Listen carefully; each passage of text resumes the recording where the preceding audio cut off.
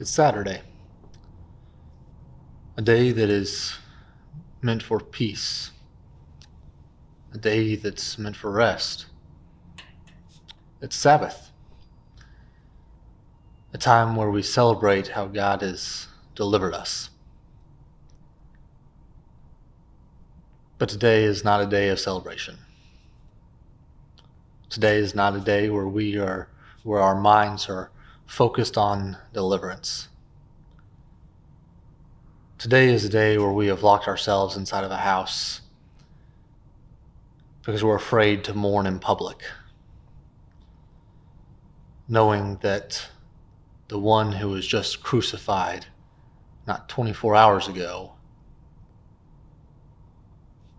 if we mourn publicly over his loss, our end could be the same as his. And so we mourn, we weep, we gather in private, puzzled by what happened, confused because this wasn't how it was supposed to end. He came to Jerusalem just 6 days ago as King of the Jews. He came to Jerusalem for what we thought was going to be his triumphal entry, what we thought was going to be the reestablishment of Israel to its once dominant power.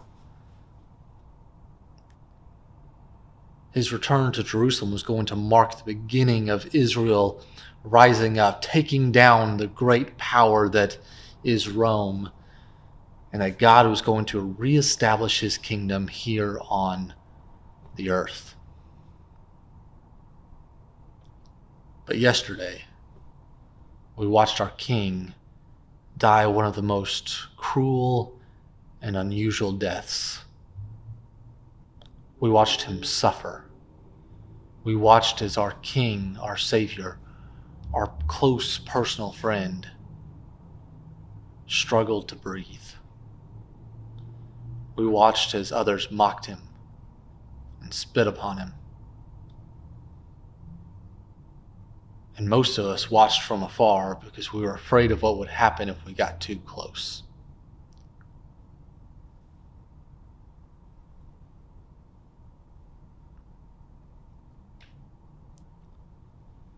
A day meant for celebration. Passover, followed by a day meant for rest and peace.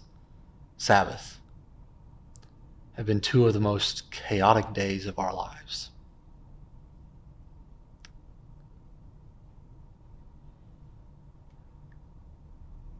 Because the one who is supposed to be king is now dead. And if there's anything that we know for certain,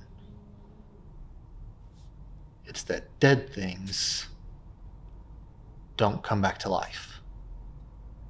You might say, well, you've seen it happen a couple of times. Just a short while ago, you saw Lazarus raised from the dead. You've also seen the widow's son raised from the dead. And while we've seen these unusual circumstances take place, we have tried to use science or logic or some other sort of reasoning to explain it, because maybe it was just a miraculous thing, but clearly those things don't happen often. That's not what's going to happen now. We're not looking forward to Sunday with anticipation that the tomb may be empty, but instead we're grieving the loss of a dear friend and grieving the loss of hope, because we once had great hope for what he was going to do, and that has been lost.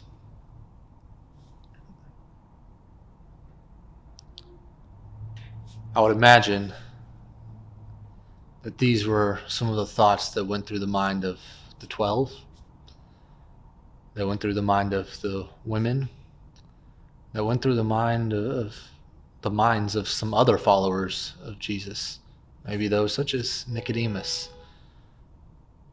on that dreadful Saturday.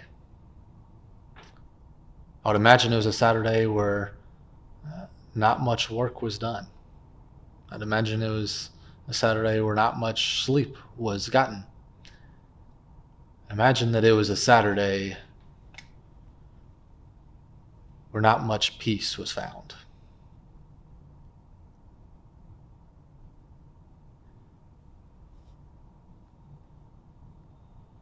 But we can thank God that we have 2,000 years to look back on that day, because we do know that Sunday is coming. And we know the powerful implications of the fact that Sunday is coming. And we are able to rejoice that Sunday is coming.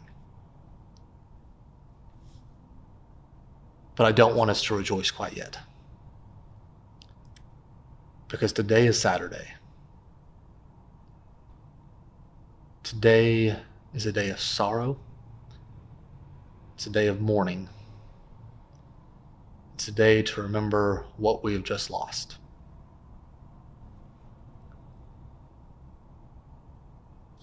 I'd encourage you to go read Psalm chapter 40, the 40th Psalm. It's in its entirety.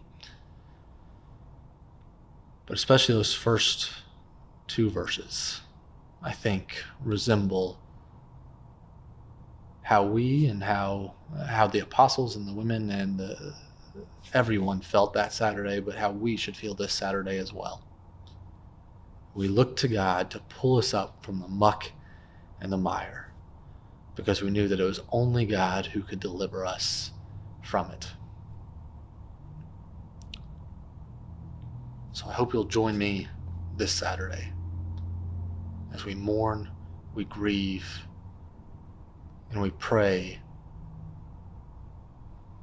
because of what was done yesterday. But that tomorrow we can wake up. We can remember that as 2,000 years ago, those women woke up to go prepare the tomb, to go and make the tomb nice. But they went and found something that allows us 2,000 years later to celebrate this Easter week. Because without Sunday, there would be no celebration. But without Saturday, there would be no reason to mourn, no reason to grieve. And I hope that we take that time to grieve and mourn today. Will you pray with me? God, we love you. We're thankful that you came and dwelled and lived among us. But God, we mourn, we grieve, we wail at the fact that you had to suffer. That God, on that terrible Friday, you were hung upon that cross where you struggled for hours to breathe, and eventually your body gave in and you ceased to breathe. And God, as we remember that following day, all we can think about is the agony. All we can think about is the great suffering that has just taken place, and the loss of a king, of a savior, and of a friend.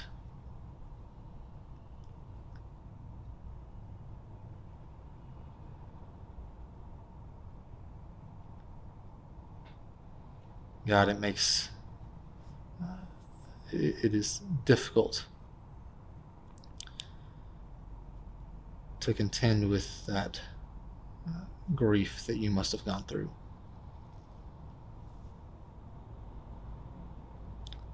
But God, help us today to pause and grieve with you